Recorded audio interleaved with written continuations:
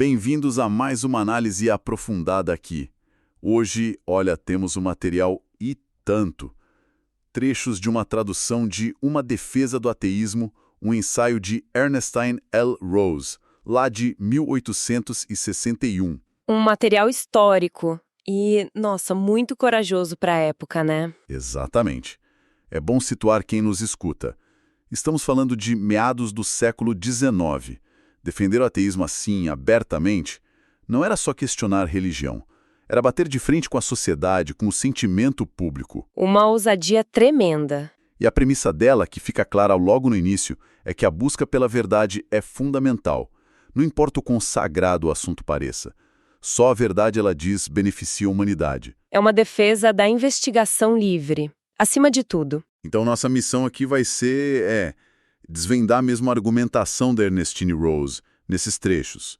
Como ela constrói essa crítica à crença em Deus e como ela apresenta o ateísmo não como, um vazio, mas como uma base possível para a moralidade. Vamos mergulhar nisso. Vamos lá. Parece que a Rose começa de um jeito bem metódico, quase científico. Ela pergunta onde é que estão as provas de Deus? E começa pelo mundo material, aquilo que a gente pode ver e medir. Isso. É quase uma investigação forense, como você disse. Ela vai vasculhando o conhecimento científico da época dela, sabe? Campo por campo. Começa com a geologia, a estrutura da Terra, os fósseis, o que as rochas contam. Certo. Depois ela olha para a história natural, o reino animal. Aí entra na fisiologia, tentando entender a natureza humana, as leis biológicas. Ela menciona até a frenologia. Frenologia, isso aí já soa meio ultrapassado, não? Ah, sim, hoje é totalmente desacreditado. Mas na época era popular, né? Uma tentativa de ler a mente pelo crânio. Mas mostra que ela foi fundo, ela não deixou pedra sobre pedra na investigação dela. Entendi. Ela queria cobrir tudo o que era considerado ciência na época. Exato. E não para aí. Matemática, química, e aqui é importante, ela foca nos elementos na indestrutibilidade da matéria, que é um ponto-chave para o argumento dela, e, claro, a astronomia, né?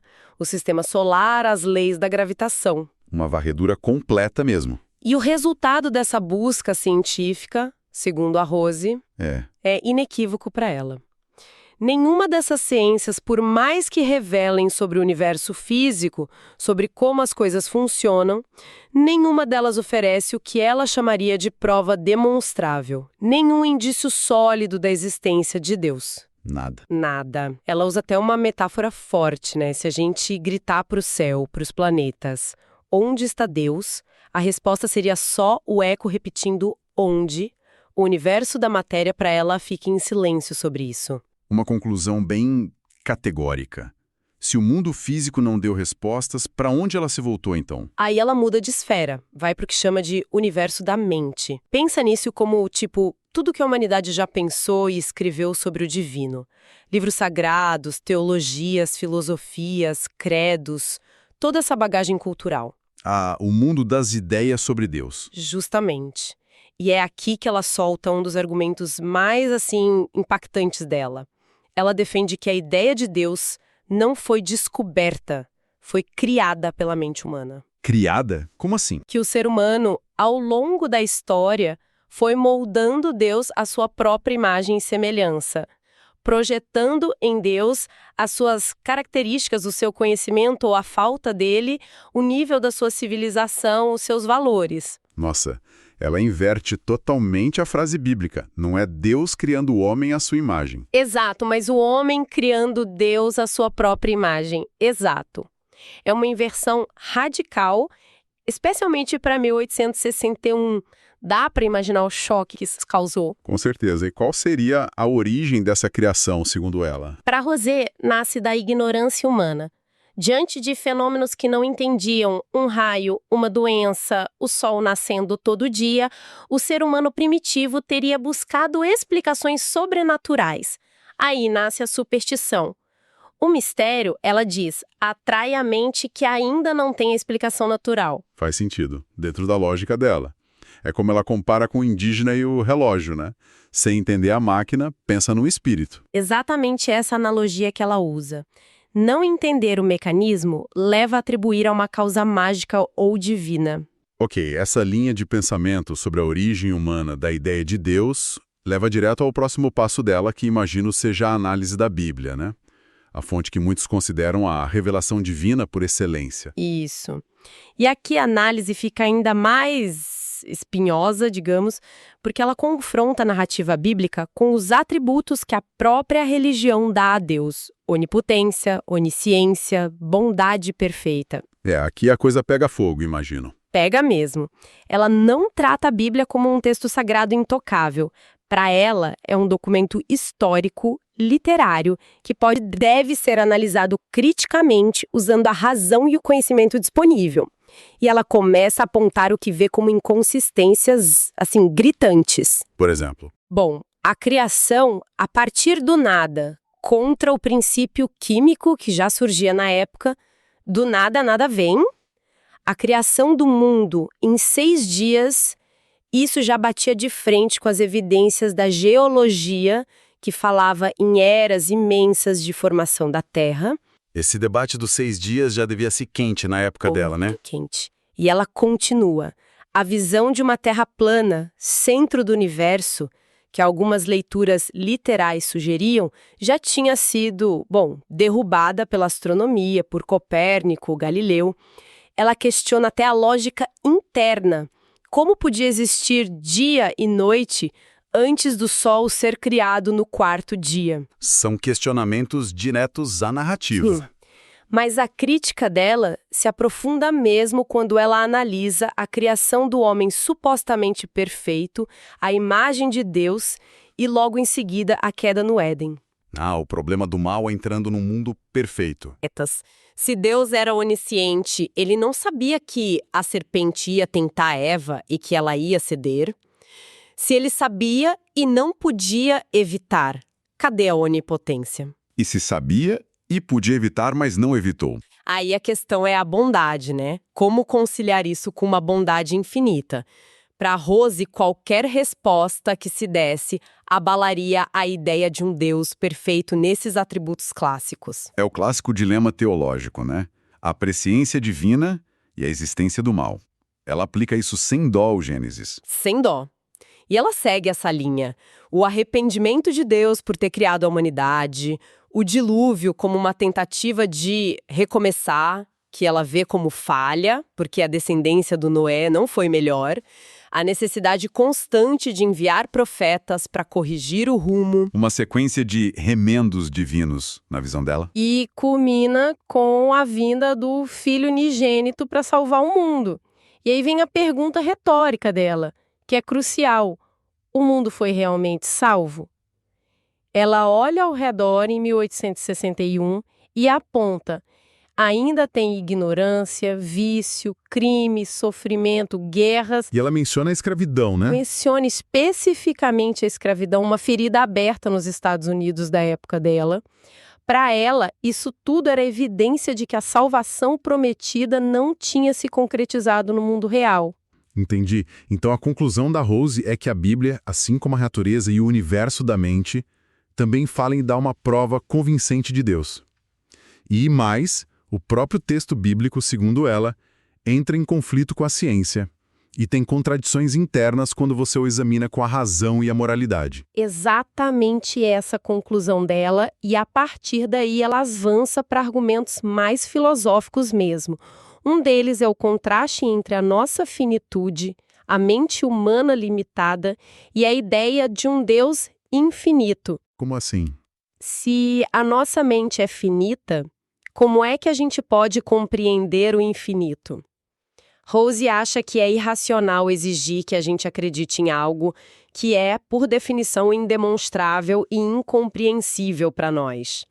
E mais, ela acha injusto culpar ou punir alguém por não conseguir acreditar no incompreensível. Isso toca num ponto central, que é a própria origem do universo. Muita gente usa esse argumento. Algo tão complexo tem que ter um criador.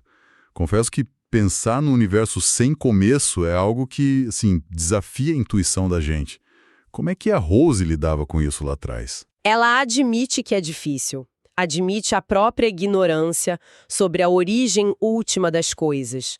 Mas e isso é crucial no argumento dela, ela diz: a nossa ignorância não serve de prova para a existência de Deus.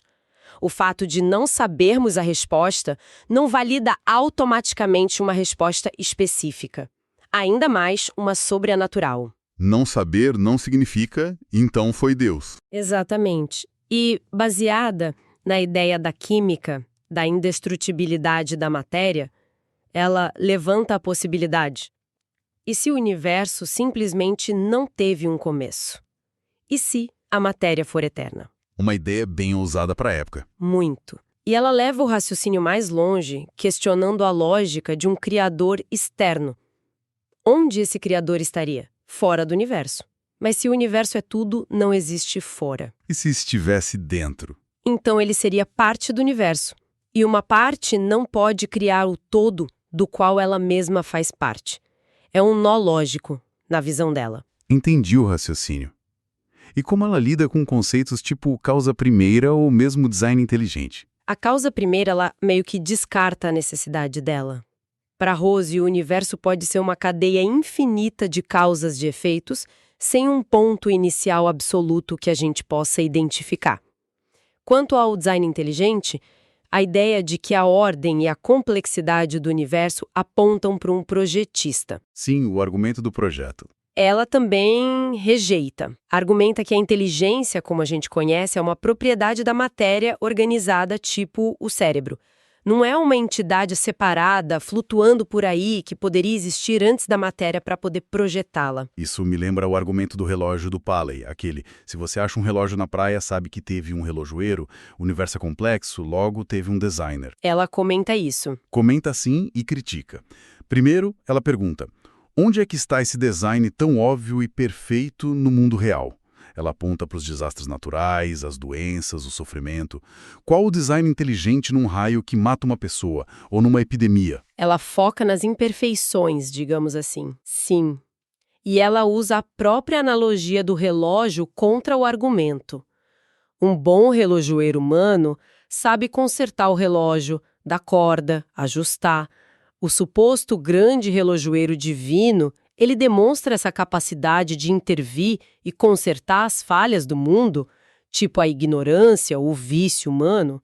Para Rose, a resposta óbvia era não. Então ela não só questiona o design em si, mas a própria atuação desse suposto designer. Exato. Ela questiona a premissa do projeto intencional. Critica a ideia de adaptação dos meios aos fins como prova de design. Ela dá o exemplo famoso do peixe cego da caverna Mammoth, lá nos Estados Unidos. Ah, o peixe sem olhos? Isso. Os defensores do design diziam: viu? Deus, muito sábio, não deu olhos para ele, porque lá é escuro, não precisa. A Rose contrapõe: isso é perfeitamente explicável por leis naturais. A falta de luz por gerações e gerações impede o desenvolvimento ou a manutenção do olho. É uma consequência do ambiente, não um plano divino. Uma explicação naturalista. Sim. E ela até tira sarro dessa lógica teleológica com uma anedota. Fala de um pregador que louvava a providência divina por ter colocado rios grandes convenientemente perto das cidades grandes e a morte muito conveniente também só no fim da vida. Entendi a ironia. Então, se não é design intencional e também não é só um acaso cego, qual a visão dela sobre o que move o universo? Para Rose, o universo opera por leis que são inerentes à própria matéria. Leis químicas, físicas, tipo atração, repulsão, coesão. São essas leis, na interação constante delas, que geram a ordem e a complexidade que a gente vê. Não precisa de um planejador externo, nem de intervenção sobrenatural. E a superstição? A busca por causas fora da natureza? Teria sido, na visão dela, um grande obstáculo para o avanço do conhecimento humano sobre essas leis reais que governam o mundo. Isso nos leva a outra questão importante. Aquela alegação de que acreditar em Deus é algo natural, inato, talvez até universal na nossa espécie. Como é que a Rose enfrenta esse argumento? Ela rejeita isso de forma bem direta. Cita relatos da época, como os do explorador Dr. Livingstone, que dizia ter encontrado povos na África sem um conceito claro de um Deus supremo ou de religião formal, e que teve dificuldade para explicar essas ideias para eles. Certo. Mas o argumento principal dela é ainda mais direto. Toda criança, ela afirma, nasce ateia. A crença religiosa não seria inata, mas ensinada, aprendida. E muitas vezes, ela diz, incutida pelo medo. Medo da opinião dos outros, medo de um Deus que castiga. Ela argumenta que se fosse natural, não precisaria ensinar. Exatamente. Ela diz, a gente não precisa ensinar uma criança a ver ou a ouvir. Se crer em Deus fosse natural, por que precisaríamos de escolas dominicais, catecismos, toda essa estrutura para ensinar a fé? Essa afirmação de que toda criança nasce ateia é bem forte. Inverte totalmente o senso comum da época, né? Completamente. E a Rose vai além. Ela sugere que o ateísmo seria o estado natural e universal da mente humana se ela não fosse, como ela diz, pervertida pela superstição e pelo mistério religioso desde cedo. Uau! E ela argumenta, mesmo que toda a crença no sobrenatural sumisse do mundo amanhã, a realidade física continuaria a mesma. A natureza humana fundamental também. As leis naturais continuariam valendo e as pessoas continuariam buscando felicidade e evitando dor, precisando de regras para viver em sociedade. E aí a gente chega na questão crucial, talvez a mais sensível para quem critica o ateísmo. A moralidade. Sem Deus, sem céu ou inferno, o que segura as pessoas? A moralidade depende da religião? A Rose defende com unhas e dentes que não. Para ela, a moralidade não só é independente da religião, como às vezes pode ser até prejudicada por ela. Ela observa que os períodos da história com mais fé religiosa não foram necessariamente os mais virtuosos ou justos. Ela dá exemplos. Ela dá um exemplo muito forte para a época dela. A escravidão nos Estados Unidos. Ela aponta como a escravidão era muitas vezes justificada com base na Bíblia e apoiada por instituições religiosas, tanto no Sul quanto até por algumas vozes no Norte. É importante sempre lembrar que estamos relatando o argumento dela, de 1861. Sim, um exemplo impactante para o contexto. Se a moralidade não vem da religião, segundo ela, de onde vem? Qual seria a base? A base, para Rose, é o conhecimento. Conhecimento da natureza humana, nossas necessidades, nossas capacidades, nossos limites. Conhecimento das leis que regem nossa vida física, mental, social. Conhecimento dos princípios de direito, de justiça, de humanidade. Uma base racional, então. Totalmente. O objetivo dessa moralidade secular seria promover saúde, racionalidade, virtude e, principalmente, felicidade. Aqui e agora. Ela critica a religião por focar demais, na visão dela, na fé cega, no desconhecido, em recompensas e punições futuras. O que, para ela, distorceria o julgamento moral. Exato, e poderia levar à hipocrisia. A moralidade que ela propõe é baseada em fazer o bem porque é o certo a fazer, porque promove o bem-estar de todos. E a recompensa? Seria a própria satisfação de agir corretamente e a felicidade mútua que isso gera. Não precisa de uma recompensa externa. E aqueles sentimentos que a gente associa muito à religião, devoção, reverência, aquele maravilhamento diante do sublime, isso se perderia num mundo sem Deus, na visão dela? Ela acredita que não. Esses sentimentos nobres não sumiriam, mas seriam, digamos, redirecionados. A devoção que antes ia para um Deus invisível se voltaria para a humanidade que a gente vê, para a compaixão com quem sofre. E a reverência? A reverência seria pela justiça, pela verdade, pela beleza e complexidade da natureza que a ciência revela, pelo potencial humano para fazer coisas incríveis. O maravilhamento estaria na admiração pelo universo, pelas artes, pelos atos de coragem e bondade. Entendi. Os sentimentos continuam, mas o foco muda. Justamente.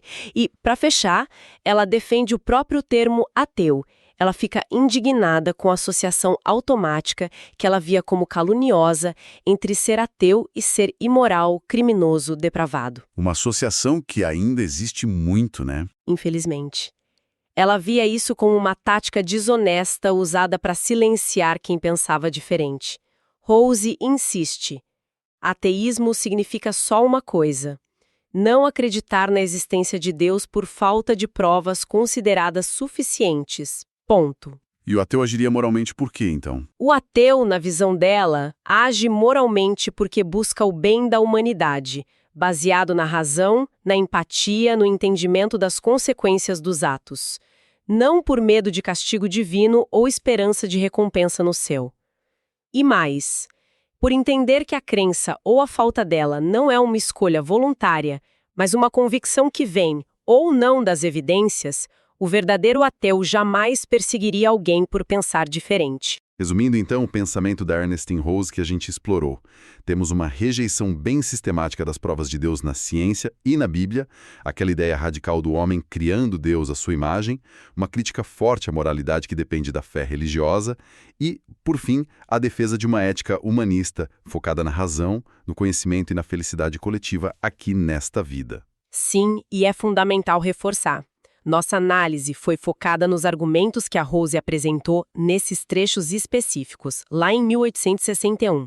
O objetivo foi desvendar o raciocínio dela, que é impressionante pela lógica, pela clareza e, sem dúvida, pela coragem imensa para a época. Não estamos aqui para concordar ou discordar, mas para entender e apresentar as ideias que estão no material. Perfeito. E para a gente terminar, fica uma questão para reflexão, que surge direto das ideias da Rose. Se a moralidade pode mesmo existir e até florescer sem crenças sobrenaturais, como ela argumenta baseada no conhecimento da natureza humana e na busca pelo bem-estar de todos, quais seriam hoje os maiores desafios e talvez as bases mais firmes para a gente construir um consenso ético em sociedades tão diversas, tão plurais como as nossas?